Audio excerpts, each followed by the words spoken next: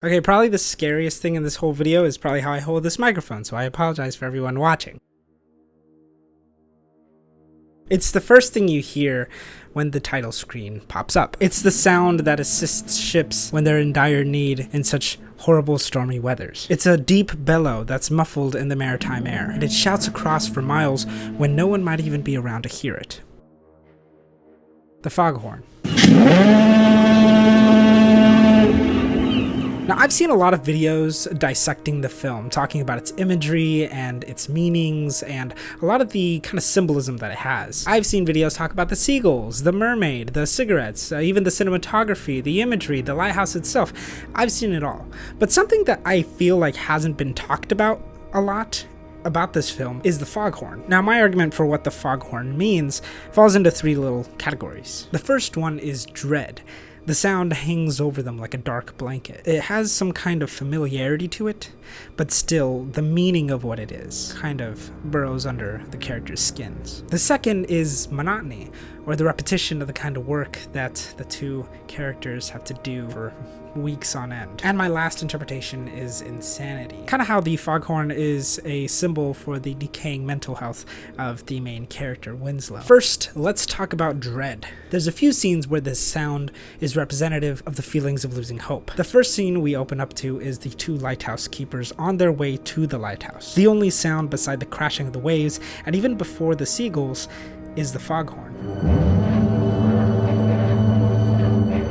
It's a great way to set the tone as well. Beside the music, the only other thing that we hear is a loud, funneled, muffled sounding scream, seemingly coming from the lighthouse. Interestingly enough, the foghorn does stay silent while Winslow looks around the house, only to return when he finds the mermaid charm in his mattress.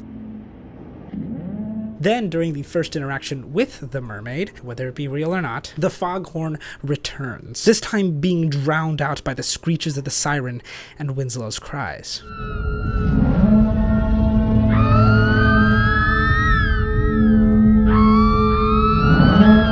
We feel this dread once more again in a more stressful scene. As the two wait in the storm for their ship that never came, the foghorn blows behind them, blasting on over and over again through the dark and deep ocean. Then again, as these two make their way to find rations, coming to terms with the fact that they might not be leaving the island anytime soon. This ain't funny. No, it ain't. And I ain't wanting to be stranded here with some damn lunatic. Stranded? That's what I said. Well, I thought you said relief was coming. If we can wait out the storm. Now, let's go to my second point, the monotony of work. Winslow is the only character who is seen taking care of the foghorn.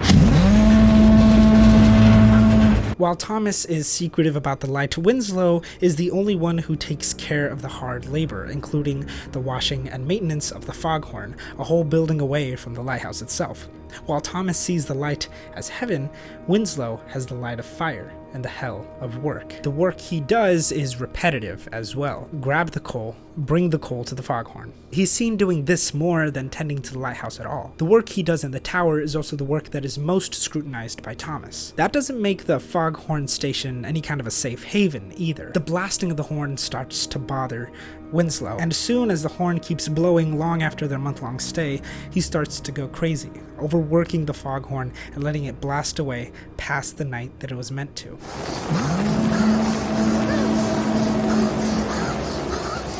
He works harder than ever because that's all he has to do. It's driving him insane. But it's better than doing nothing. However, all of this work, all this hard, repetitive, laborious work, is not going to bring him any nearer to the top of that tower. And that brings us to what I think the third meaning is: insanity.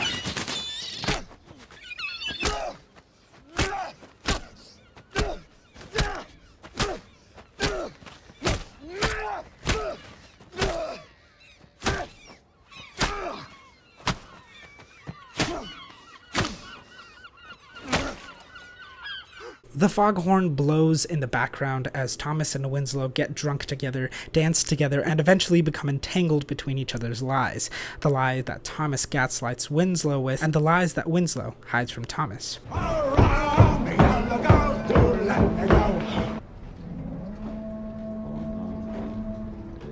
finally, the final blows of the Foghorn are made as Winslow tries to escape.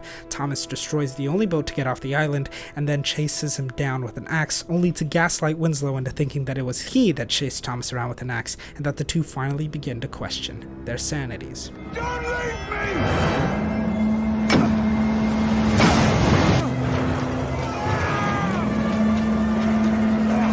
I'm free from your designs!